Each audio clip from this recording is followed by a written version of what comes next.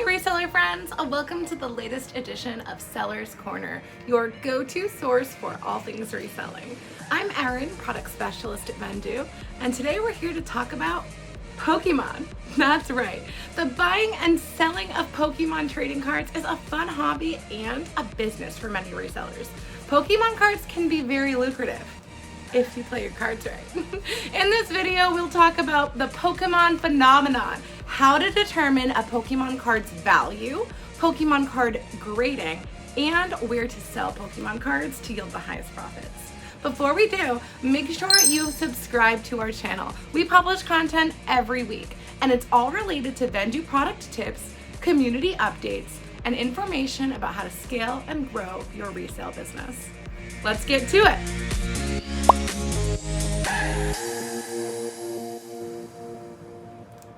Pokemon is a quintessential staple of 1990s nostalgia, and it turns out some Poké fans still gotta catch them all. If you are still holding on to cards from your childhood, run and don't walk to see what we have. In addition to this video, we also have a reseller's guide to Pokemon. We'll link that below, and it has so many resources to teach you how to make some serious cash for your cards. Pokemon is a Nintendo video game that was first released in 1996 in Japan for the Game Boy.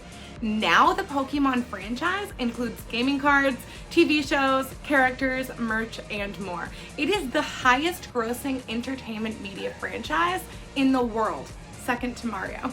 Pokemon is centered around creatures, Pokemon. They can be captured and trained by humans. The Pokemon have particular skills and attributes that make them more skilled in battles when used strategically. But to be clear, interestingly, most collectors do not play the card trading game, and they don't truly care about the skills and attributes and battling of the characters. They really just collect them because they love Pokemon. They love the nostalgia, and collecting things are fun. So how do you determine if your Pokemon card is valuable? Here are a few tips. Value, of course, when it comes to trading cards, is based on two things: rarity and condition. So let's start with rarity. You can determine the rarity of a Pokemon card just by looking at it. You can look at the card number, and you will find the card number right in the bottom corner, showing you the number in that series as opposed to how many total were made. There's also a rarity symbol, and that's tip 2. Look for the rarity symbol. Next to this number, you will see a symbol. Common cards have a black circle. More rare cards, uncommon cards, have a black diamond, and the rarest cards have a black star. The next thing you can do is see if the card is holographic. You'll see that many of these cards are a flat matte versus this one right here. That shiny metallic holographic card is already more valuable. Now there are tons of types of holographic cards. This card is not necessarily valuable. There's a rare holographic, there's super holographic. There are so many, and for examples and what to look for, check out our blog linked in the description. Tip number 4 is to look at the date. There is a date on every Pokemon card. It's right at the bottom. This one says it was created in 2022. You will see that obviously vintage and super old cards often yield a higher value. And tip number 5, for the premium, super rare, expensive cards that can literally sell for hundreds and thousands of dollars, look at the design. I don't have any of these here. These all have a very basic layout. There's a graphic, there's words underneath. You will see the rarest and most valuable cards are literally artistic masterpieces.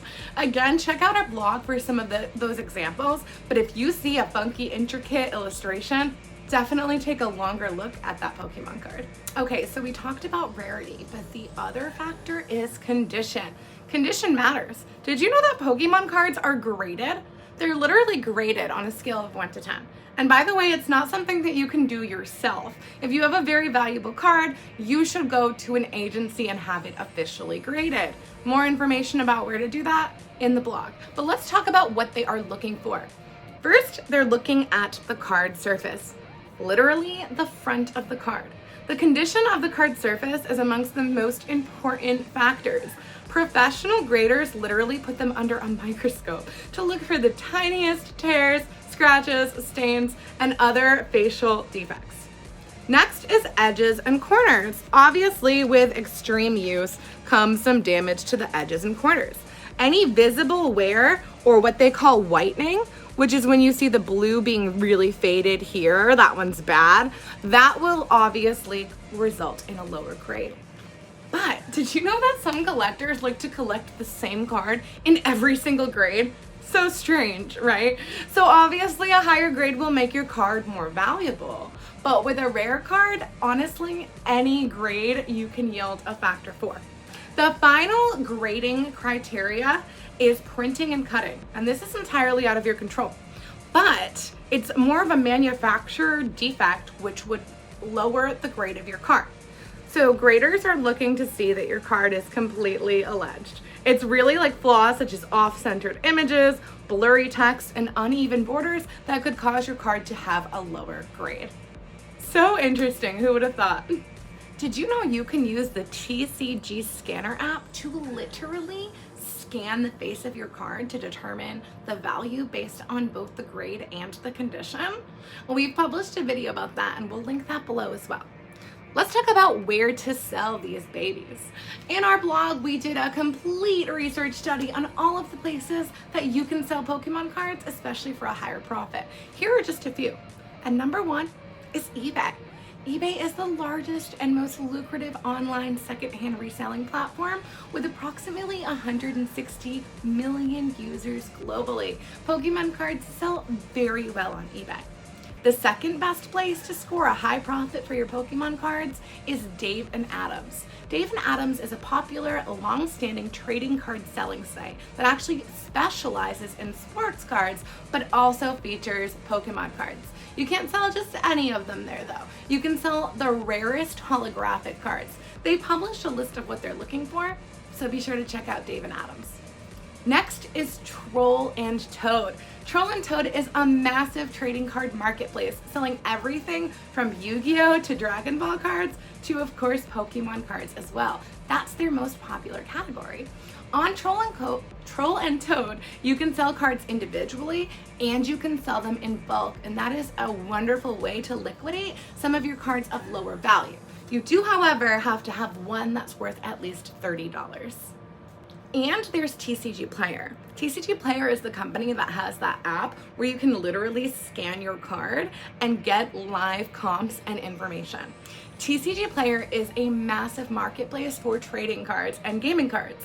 You can sell your Pokemon cards directly to TCG Player, or you can post them for sale for other interested buyers. They have so many resources there: scanners, rarity assessments, pricing recommendations, and a global audience. Definitely check out those places and a ton more in our blog at the Reseller's Guide to Selling Pokemon Cards for a Profit. You'll learn all about how you can cross-list your cards to multiple marketplaces with Vendoo, and you'll see tons of examples of all of the different rare styles and cards to be on the lookout for. If you liked this video, please like, comment, and subscribe. Check out that blog and hurry up, go check your attic. There might be cash in there.